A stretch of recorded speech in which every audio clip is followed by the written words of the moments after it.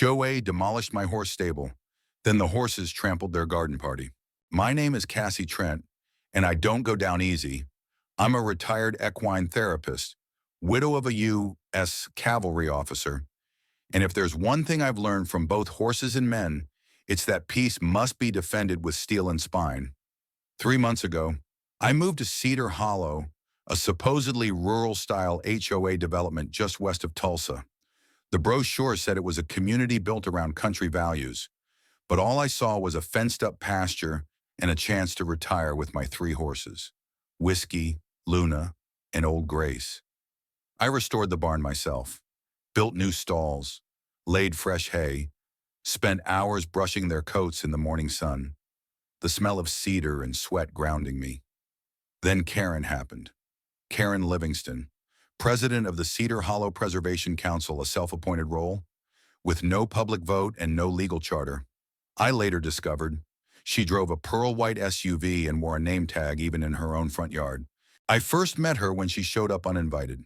Clipboard in hand, that structure in your backyard, it violates community aesthetics. You mean the stable, I asked. It's permitted, county inspected. She sniffed. Not HOA approved. There is no functioning HOA, I replied calmly. Her smile tightened. Ma'am, I'm going to have to issue a takedown order. She walked away without letting me speak.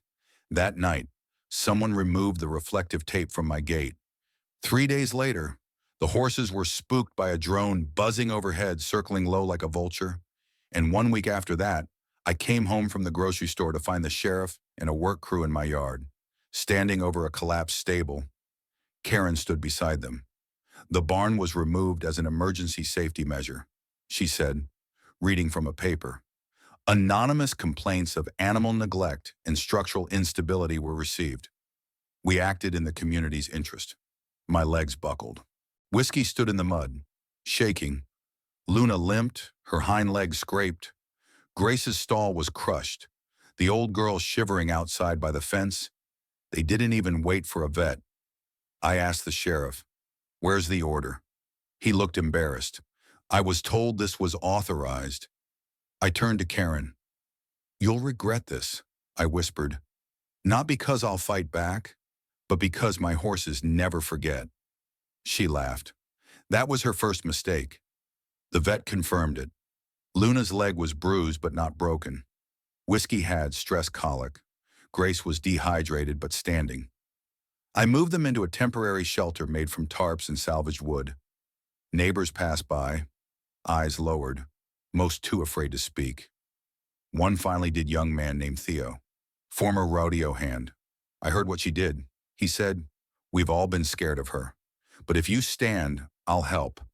Others joined, a vet tech, a ranch couple, a lawyer who used to handle animal cruelty cases. We became the herd keepers. I started asking questions. Turns out Karen had been using HOA emergency powers to fine, inspect, and demolish anything she didn't, like chicken coops, archery targets, even one woman's beehive garden. Every violation was anonymous. Every action enriched her little circle. I pulled county records. The stable had no demolition permit. The crew she hired from her brother's landscaping company. And that wasn't all. We discovered Karen had been rewriting old neighborhood covenants, inserting language that gave her retroactive power to enforce regulations. Fake HOA documents, slipped into welcome packets and mailed with no legal standing. But horses don't understand legal nuance. They understand betrayal. And the night after Luna's leg healed, they broke loose. It wasn't intentional. A loud party down the block, fireworks crackling. Someone left a gate open. The 3 of them bolted toward the open field and straight through Karen's precious Founders Garden Gala. Dozens of HOA elites in pastel linen screamed as Luna barreled through the flower trellises. Whiskey knocked over a champagne cart. Grace, gentle and wise, stepped right into the buffet tent and let out a sharp, echoing whinny. Karen shrieked, "You brought wild beasts into my community."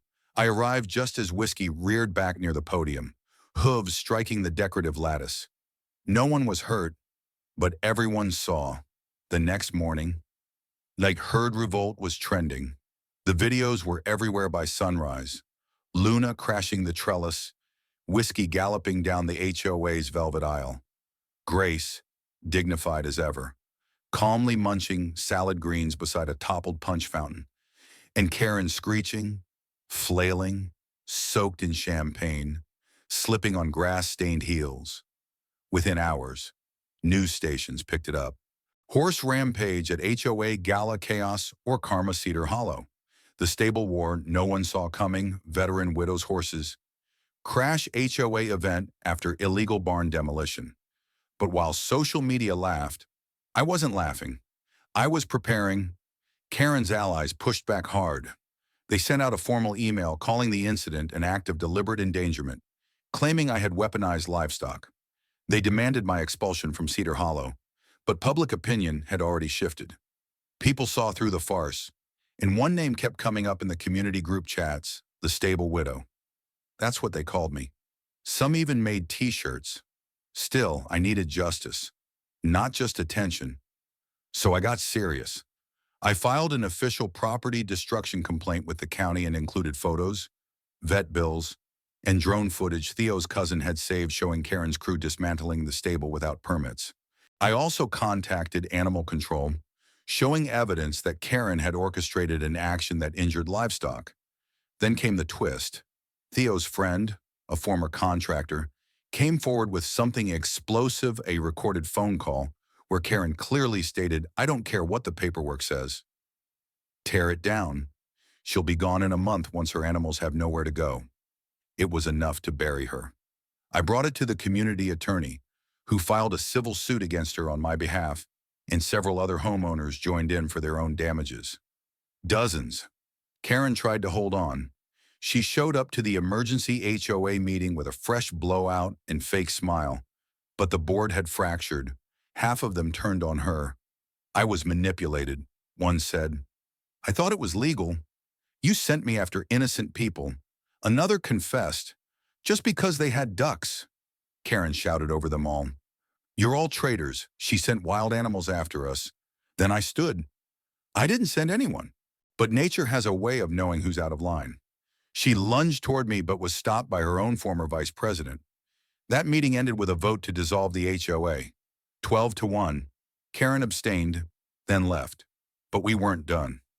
A week later, Karen received a court summons. The charges: criminal trespass, destruction of property, animal endangerment, false impersonation of a regulatory entity. The judge ordered a full audit of her fake HOA finances. We soon learned she had pocketed over $58,000 in fake fines, permit fees, and beautification dues. Most of it went into administrative expenses, which included her personal landscaping and community spirit retreats in Aspen. The court froze her assets. She tried to sell her home to cover legal costs, but the title was now flagged for investigation. She was stuck, the mighty Karen of Cedar Hollow, stuck in the same neighborhood she tried to control, surrounded by the people she tried to intimidate. And the horses, well, they became legends. A month later, we held the stable rebuild ceremony. Dozens of neighbors showed up. We raised beams, hammered nails, laid fresh hay. Whiskey trotted between volunteers, accepting pats and carrots like royalty. Luna stood tall on her now-healed leg. Grace, noble and calm, stood at the edge of the fence like a sentry.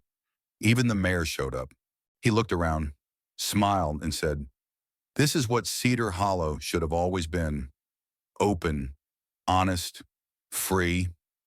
We placed a plaque by the entrance built once by hand, destroyed by cowards, rebuilt by courage, and beneath that, a small engraving of 3 horses.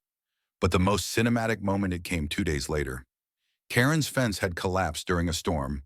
While her backyard lay exposed and muddy, Whiskey slipped through the side gate, wandered across the yard, and very calmly pooped on her porch steps. She screamed for 20 minutes. I didn't lift a finger.